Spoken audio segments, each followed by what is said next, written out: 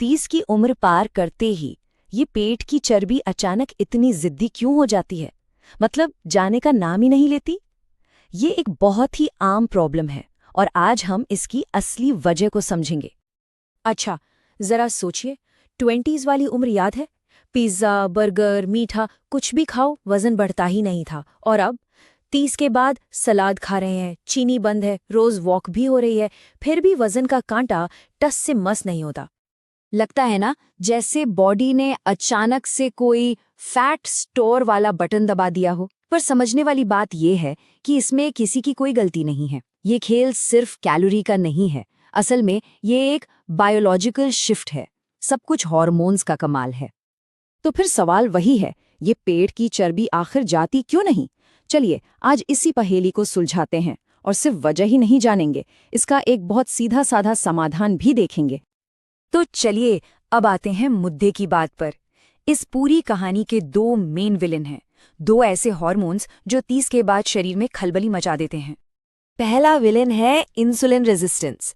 अब ये क्या बला है? सोचिए, इंसुलिन एक चाबी है और शरीर के सेल्स दरवाजे हैं।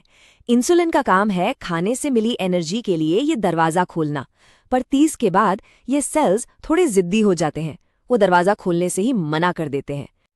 तो फिर होता क्या है? वो जो एनर्जी दरवाजे के बाहर खड़ी है वो कहाँ जाएगी? बॉडी कहती है कोई बात नहीं, इसे स्टोर कर लो। और वो स्टोरेज कहाँ होता है? सीधा बेली फैट में। मतलब कम खाने पर भी बॉडी फैट जमा करने के मोड में चली जाती है। ठीक है, अब मिलते हैं विलन नंबर 2 से। इसका नाम है कॉर्टिसोल बेली। और जैसा कि नाम से ही जाहिर है, इसका सीधा कनेक्शन है स्ट्रेस से। 30s की उम्र मतलब करियर का प्रेशर, घर की जिम्मेदारियां, पैसों की टेंशन, स्ट्रेस ही स्ट्रेस। और ये स्ट्रेस रिलीज करता है एक हार्मोन जिसका नाम है कॉर्टिसोल।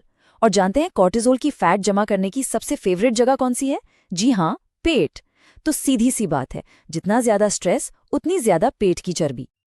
अच्छा, आप जरा उन 3 आम गलतियों पर नजर डालते हैं जो लोग अक्सर अच्छी सेहत के नाम पर करते हैं, पर असल में वो इन हार्मोनल दिक्कतों को और भी बढ़ा देती हैं। पहला ट्रैप, सिर्फ कार्डियो पर टिके रहना। देखिए, दौड़ना या जॉगिंग करना बुरा नहीं है, लेकिन सिर्फ वही करने से मसल लॉस हो सकता है। और मसल लॉस का मतलब है स्लो मेटाबॉलिज्म। ये तो ऐसा हुआ जैसे अपनी गाड़ी का इंजन ही छोटा कर दिया हो। दूसरी गलती है ब्रेकफास्ट स्किप करना। नहीं, हम यहाँ प्रॉपर इंटरमिटेंट फास्टिंग की बात नहीं कर रहे। हम बात कर रहे हैं सुबह की जल्दबाजी में नाश्ता छोड़ देने की। इससे बॉडी को लगता है कि खाना नहीं मिलने वाला और वो स्टारवेशन मोड में जाकर फैट को और भी कसकर पकड़ लेती है। और तीसरा ट्रैप, कैलोरीज को पीना। मीठी चाय, कॉफी, पैकेट वाले फ्रूट जूस और हाँ, अल्कोहल भी। ये सब पीते ही ब्लड में शुगर का लेवल एकदम से बढ़ता है, जिससे इंसुलिन स्पाइक होता है और नतीजा फैट स्टोरेज। तो प्रॉब्लम समझ आ गई, गलतियां भी पता चल गईं। अब बात करते हैं सोल्यूशन की। एक बहुत ही सिंपल 3 स्टेप एक्शन प्लान। ये प्लान बॉडी के खिलाफ नहीं बल्कि उसके साथ मिलकर काम करने के लिए है। इसको हम कह सकते हैं एंटी बेली फैट प्रोटोकॉल। सिर्फ 3 आसान से कदम है। पहला, हर खाने में प्रोटीन जरूर हो। दूसरा, खाने के बाद 10 मिनट्स की वॉक। और तीसरा, नींद का शेड्यूल फिक्स करना। चलिए एक एक करके इन्हें समझते हैं। Step number 1, palm size protein rule. मतलब हर मील में कम से कम अपनी हथेली के साइज जितना प्रोटीन जरूर शामिल करें। दाल हो, अंडे हो, पनीर या चिकन। प्रोटीन न सिर्फ मेटाबॉलिज्म को बूस्ट करता है बल्कि इंसुलिन को भी कंट्रोल में रखता है। Step number 2, 10 minute walk rule. ये बहुत ही पावरफुल लेकिन आसान तरीका है। जिम जाने का टाइम नहीं है, कोई दिक्कत नहीं। बस हर मील के बाद 10 मिनट की एक छोटी सी वॉक कर लीजिए। ये ब्लड शुगर कंट्रोल करने का एक जबरदस्त तरीका है। पता है, खाने के बाद की ये 10 मिनट की वॉक ब्लड शुगर स्पाइक को 20 से 30% तक कम कर सकती है।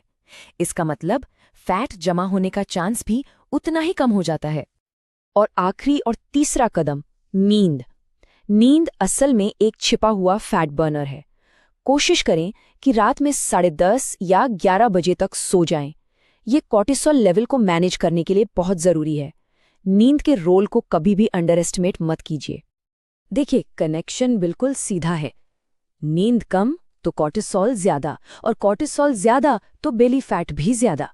वहीं अगर नींद पूरी होगी तो कॉर्टिसोल कम रहेगा और बेली फैट भी कंट्रोल में रहेगा। सिंपल। चलिए अब आते हैं सबसे ज़रूरी बात पर। ये सिर्फ क्या करना है उसके बारे में नहीं है, ये माइंडसेट बदलने के बारे में भी है। सज़ा नहीं, पोषण। यही इस पूरी चर्चा का निचोड़ है। 30 के बाद हमारा गोल बॉडी को सजा देना नहीं होना चाहिए, बल्कि उसे नरिश करना, उसे हील करना होना चाहिए। ये एक ज्यादा बेहतर और लॉन्ग टर्म अप्रोच है। तो शुरुआत कैसे करें? बहुत आसान। बस अपनी अगली मील में थोड़ा प्रोटीन ऐड कीजिए और उस मील के बाद 10 मिनट के लिए चलिए। बस इसे लगातार करते रहे, यकीन मानिए इतने से ही आपको फर्क दिखना शुरू हो जाएगा। और जाने से पहले एक सवाल, एक belly fat friendly Indian diet आखिर दिखती कैसी है? जरा सोचिएगा इसके बारे में, इससे आगे का रास्ता और भी साफ हो जाएगा।